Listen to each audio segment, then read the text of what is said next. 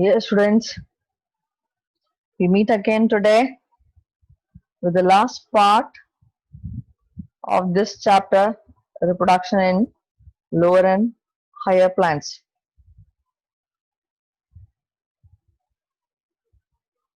So we had finished with the development of endosperm. I really hope so. You have gone through the earlier lectures wherein we studied how is endosperm developed. So we had seen in the earlier slides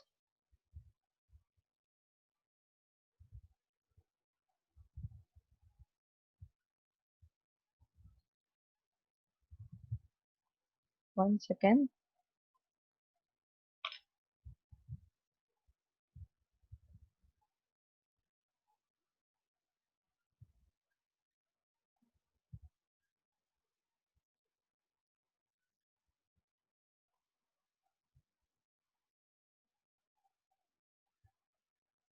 We had seen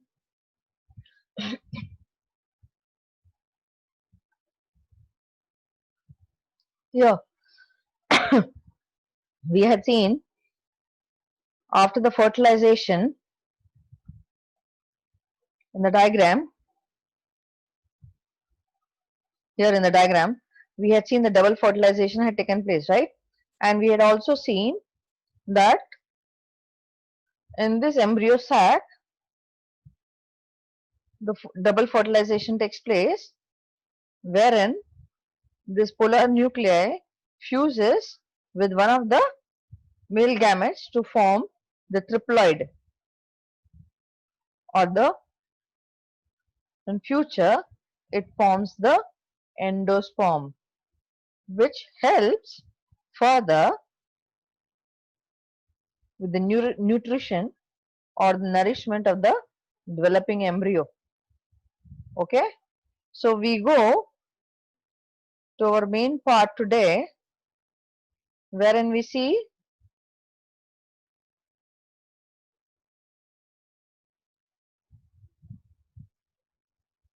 the development of embryo, the development of the endosperm. Okay, now we need to understand this endosperm or the triploid 3N are of three types. Now the basic three types of endosperm are: one, the nuclear endosperm; second, the cellular endosperm; and the third, the halobial endosperm.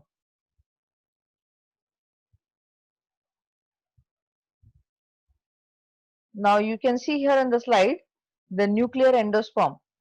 Now here in the nuclear endosperm, what do you find? You find the primary endosperm nucleus is present, which divides repeatedly. You will see here,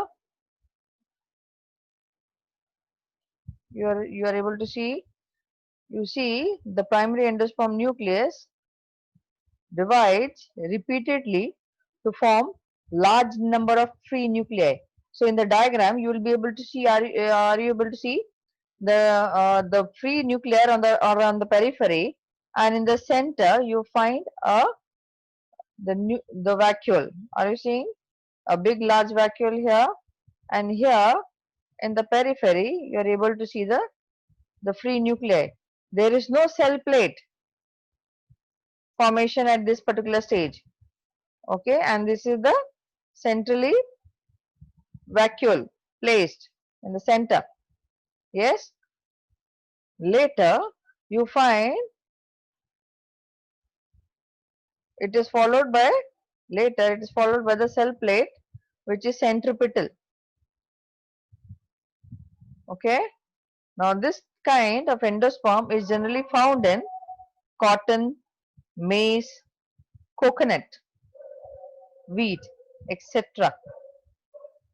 Now the board expects you to draw this diagram, so it could come for 2 marks in the board exam, stating what is nuclear endosperm What are the characteristics?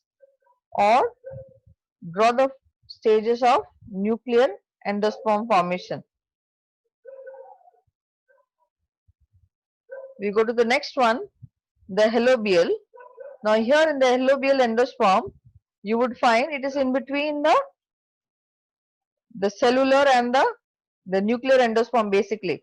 Now here you will be able to see there's a bigger larger cell wherein the larger cell, the micropylar cell, and the lower part, that is the chalazal cell.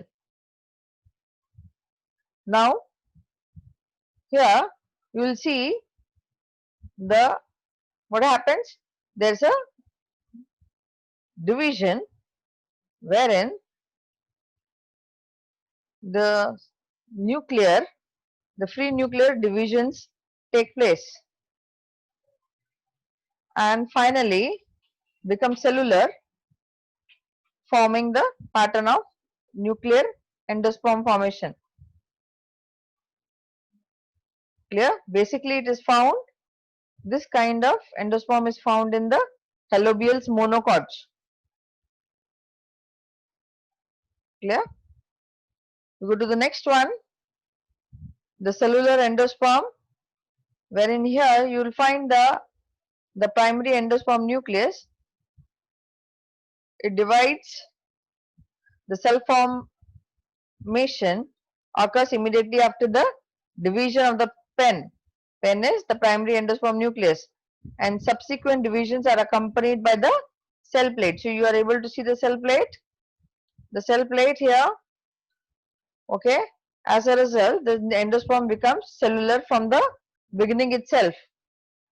So basically, you find it in the different examples that are given here: the barley, the grasses, the coconut, copra. Clear?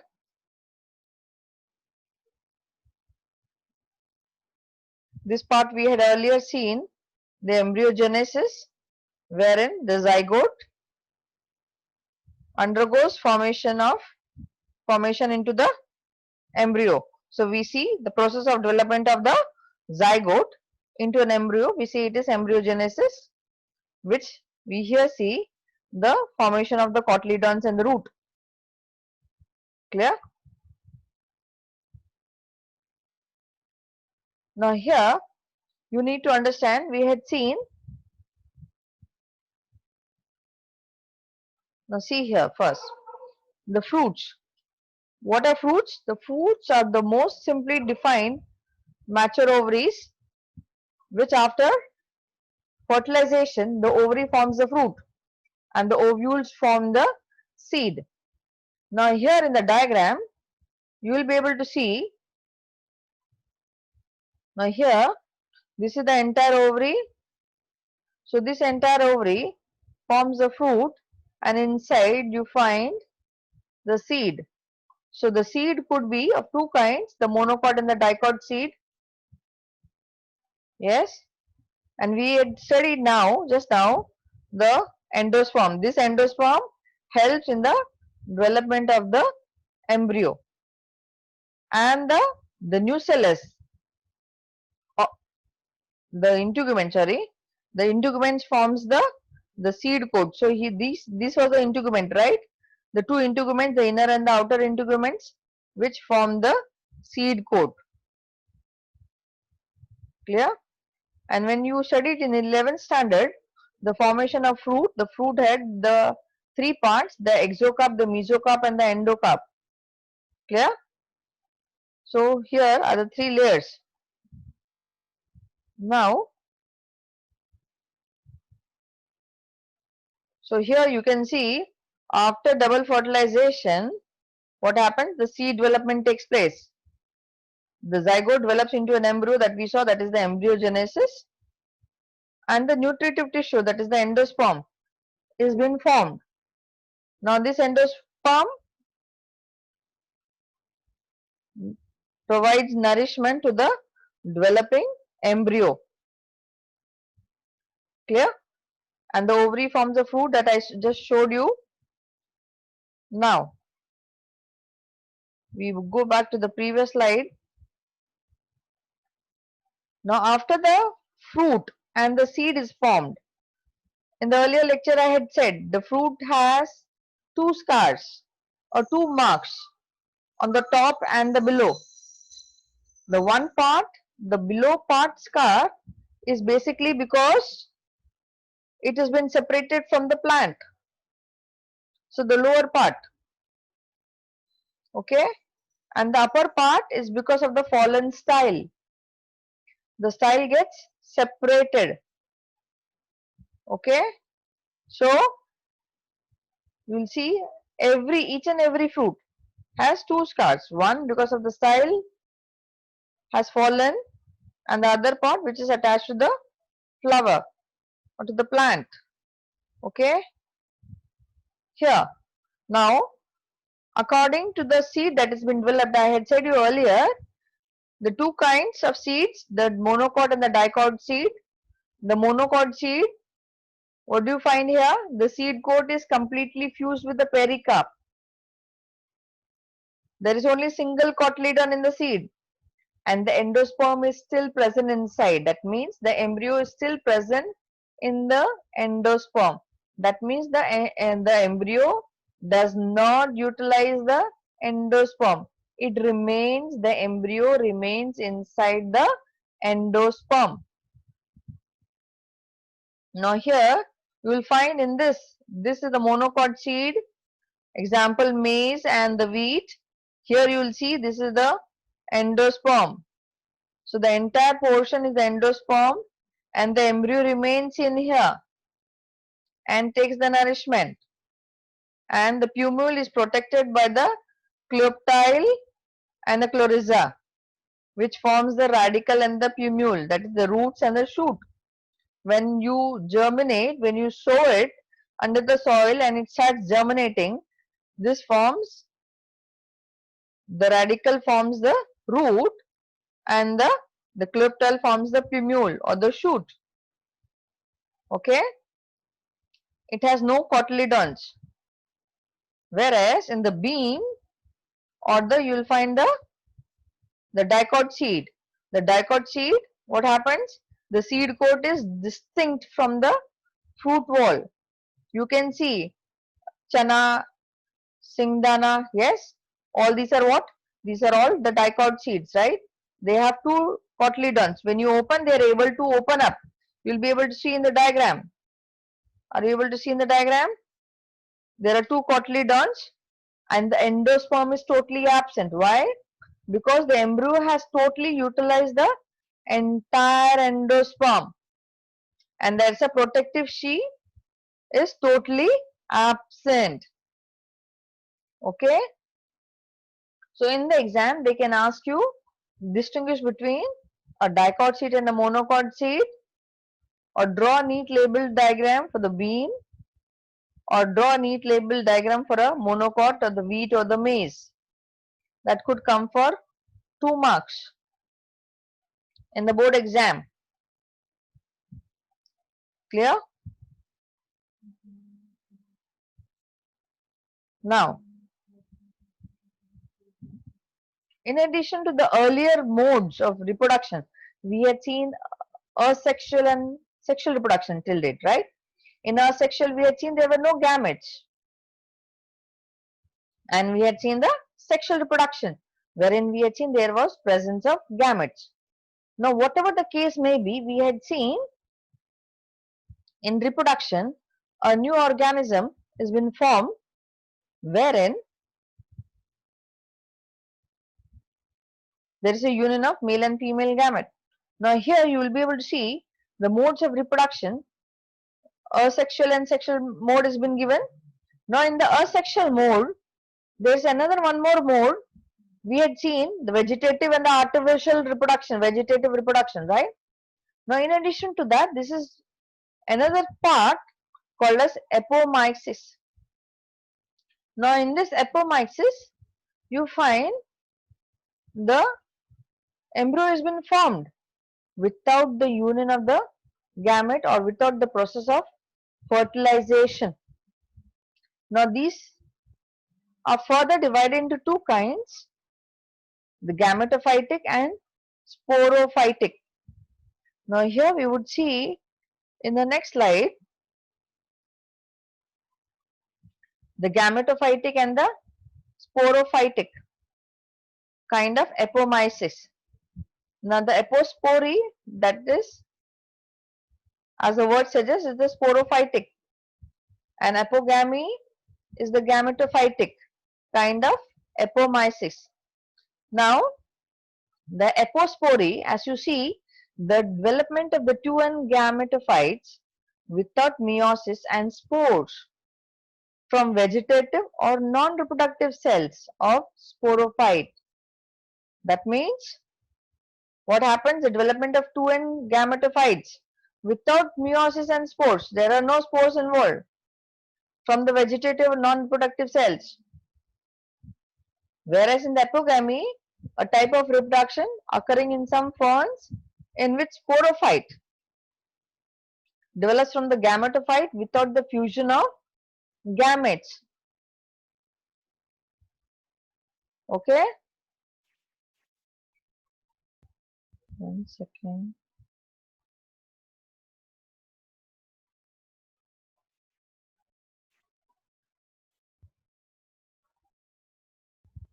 So here you would find an apospory in the production of the gametophyte without the production of spores. And in apogamy, there is formation of an embryo without undergoing fertilization.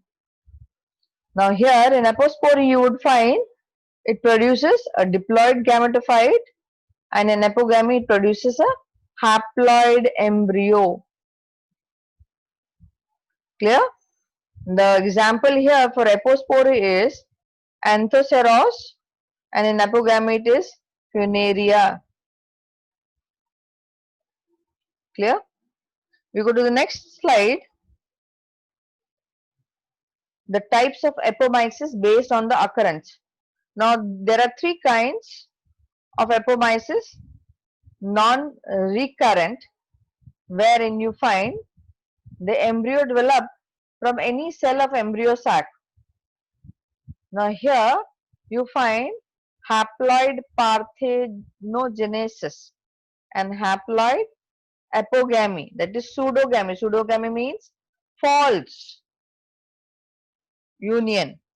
Yes, here you would find in haploid parthenogenesis, embryo is developed from the egg cell, and in haploid apogamy, embryo developed from the synergids or the antipodal cells. I hope all of you remember the diagram of the ovule, the anatropous ovule. Yes, the embryo developed from the synergids or the antipodal cells. Now, in the second one, the recurrent apomysis, here you find the embryo sac developed without the meiosis from the diploid cell. Now, these are two kinds, the diplospory and the apospory. In the diplospory, the embryo sac developed from the MMC, right? Whereas the apospory, the embryo developed from any vegetative cell of the ovule, then embryo is developed from the diploid egg cell. Now the third kind, the adventitious embryony, wherein the embryo directly developed from the nucellus or the integuments, no production of the embryo sac. Example, the mango and the citrus. Now, after these three main categories of apomysis, we go to the next one, a difference between the apomysis and parthenocarpy. I hope all of you remember parthenocarpy. We had studied in 11th standard. Now, what do you understand by parthenocarpy? Parthenocarpy refers to the development of fruit without prior fertilization. There is no fertilization in parthenocarpy, whereas apomysis refers to a type of asexual reproduction that replaces the normal sexual reproduction in plants. Clear? Now, in apomysis, there is production of seeds without fertilization, whereas in parthenocarpy, production of seedless fruits. Now, for example, of apomyxis is roses and oranges, whereas in parthenocarpy, examples are banana, pineapple, watermelon. In apomyxis, you find mimics sexual reproduction of the plants, whereas in parthenocarpy, induced by growth regulators such as auxins and gibberellins. Yes, these are the different stimulators that are being used, or growth regulators that are used to induce parthenocarpy. Then apomysis versus polyembryony. Now, what do you mean by polyembryony? The formation of more than one embryo from a single fertilized ovum or in a single seed. Yes. So, in the exam, they could ask you distinguish between the apomysis versus polyembryony. So, we already know what is apomysis. Now, in polyembryony, the type of reproduction is, it's a sexual reproduction. It undergoes fertilization. It involves the production of seeds. The offspring's plants are not genetically identical to the parent. That is, the offsprings are different from that of the parent. Whereas in the apomysis, the offspring's plants are genetically identical to the parent. Okay. So with this, we basically finish about this chapter. Now you might have seen all these I have put up in a distinguished form. So all this could be asked in distinguish between apospory, apogamy, distinguish between apomysis, parthenocarpy, apomysis and polyembryony. So with this, we end with this particular chapter of reproduction in lower and higher plants. Clear? Now, as in homework, what you will do is, when you open the PDF of the test book, you would see there's an exercise given on page number 16 of your test book. All of you will answer all the 7 multiple choice questions. You will solve very short answer type questions that could come for 1 mark or 2 marks in the board exam. Then the question number 3, short answer questions coming for 2 or 3 marks. Long answer question that could come for 4 marks.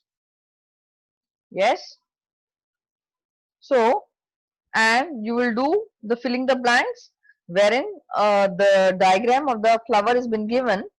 You're supposed to label the parts of the flower,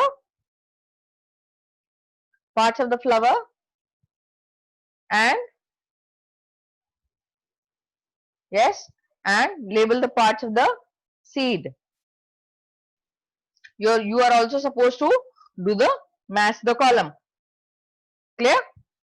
So this is an homework for you all. You will write down the exercise. Write all the questions. Question number 1, question number 2, question number 3, question number 4, question number 5, 6 and 7. All of you will write it down. Practice the diagrams of the flower, double fertilization. So let's go through the entire presentation, wherein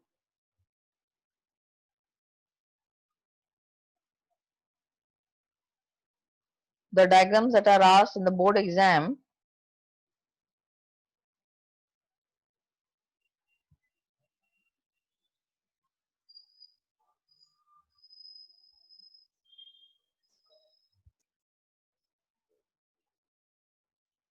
So we had seen what is reproduction.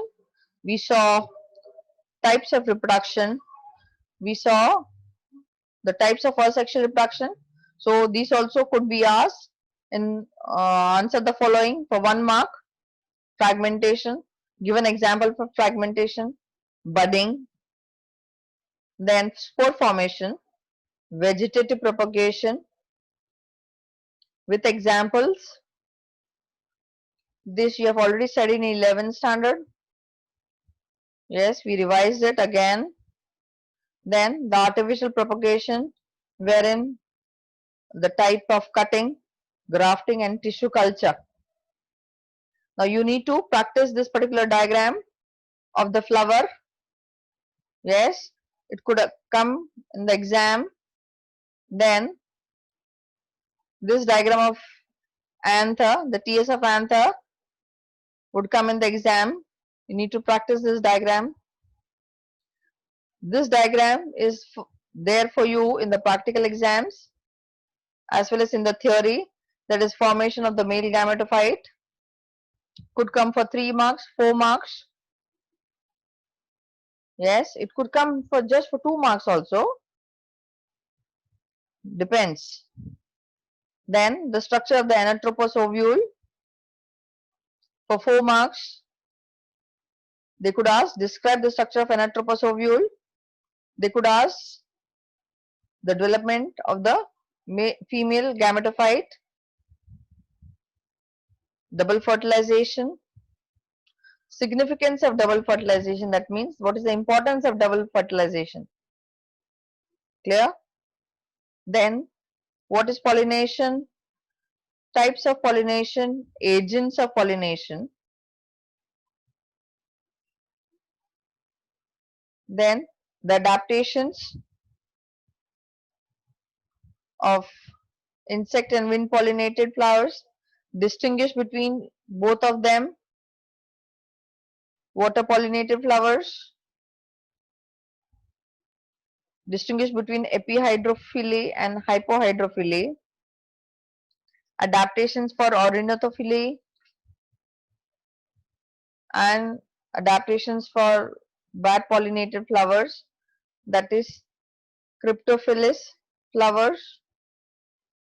Advantages and disadvantages of self pollination, cross pollination, contrivances of pollination, self pollination, cross pollination with examples. Then types of endosperm, embryogenesis, seed and fruit development,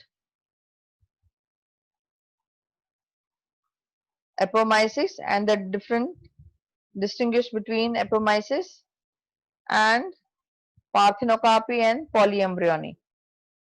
Yes, so with this we end this particular chapter 1 of reproduction in lower and higher plants.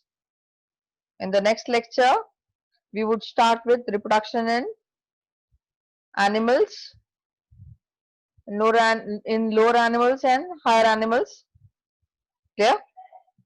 So I hope you all will practice the diagrams, will write down the question answers. I would check these answers when we meet again. After this lecture we will meet live on Zoom, so that if you have any query we would solve those queries.